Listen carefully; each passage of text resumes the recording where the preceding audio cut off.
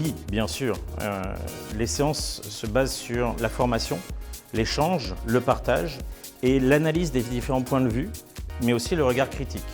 L'idée, c'est pas de venir pour avoir une seule philosophie de traitement, c'est remettre en question la sienne et puis peut-être ne pas accepter toutes celles qui sont proposées aujourd'hui.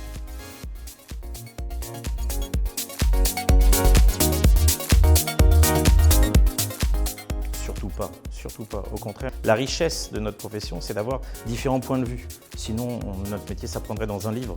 Donc, ce qui est intéressant aujourd'hui, c'est d'avoir les points de vue des différentes écoles et de faire sa propre opinion et de la mettre en œuvre, voire même d'adapter les différentes options de traitement en fonction des différentes écoles.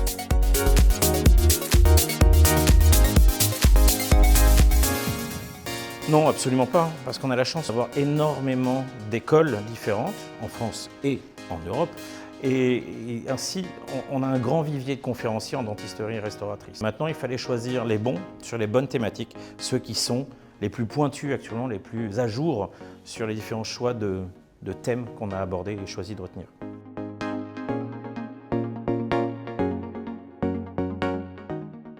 Si je devais retenir les grands axes, ce serait l'adhésion, la dentisterie minimalement invasive, la dentisterie additive le plus possible. Et puis le grand axe, ce sera une formation pratico-pratique, une formation qui permette d'être appliquée progressivement, voire même rapidement au sein du cabinet dentaire. Pas des grandes conférences fondamentales.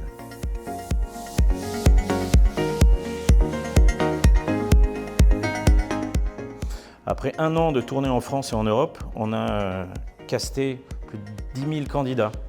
On a choisi les meilleurs et on en a retenu 8 pour s'affronter devant vous, jury, qui allez voter et entrer dans 70% du choix de cette personne. Et ainsi, on va évaluer notre candidat sur l'iconographie de son cas, sur le déroulé, le côté scientifique et bien sûr l'éloquence, parce que même si la chanson est magnifique, il faut un grand interprète.